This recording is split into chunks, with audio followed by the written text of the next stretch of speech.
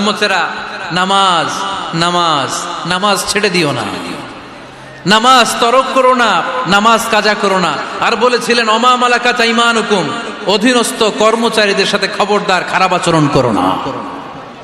যারা কর্মচারীদের সাথে খারাপ আচরণ করে, যারা মানুষের কাছ থেকে শ্রম নিয়ে কাজ করিয়ে টাকা দেয় না, কিয়ামতের দিন তাদের বিরুদ্ধে মামলা দায়ের করবে কে?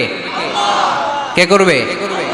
হাদিসে কুদসি সাক্ষী বিষ্ণু ঈসা ইসলাম বলেন, আল্লাহ তাআলা ফরমান, আনা খাসমুহুম সালাসাতুন আনা খাসমুহুম ইয়াউমাল কিয়ামা।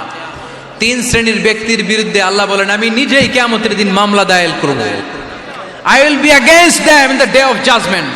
Three categories of people I will be against them in the day of judgment. তিন শ্রেণীর লোক কিয়ামতের দিন তারা ছাড় পাবে না। আল্লাহ বলেন আমি নিজেই তাদের বিরুদ্ধে মামলা দায়ের করব। এর মধ্যে এক শ্রেণীর লোক হচ্ছে রাজুলুন ইস্তাআজারা জিরান ফাস্তাউফা মিনহু ওয়া লাম ইয়াতি আজরা।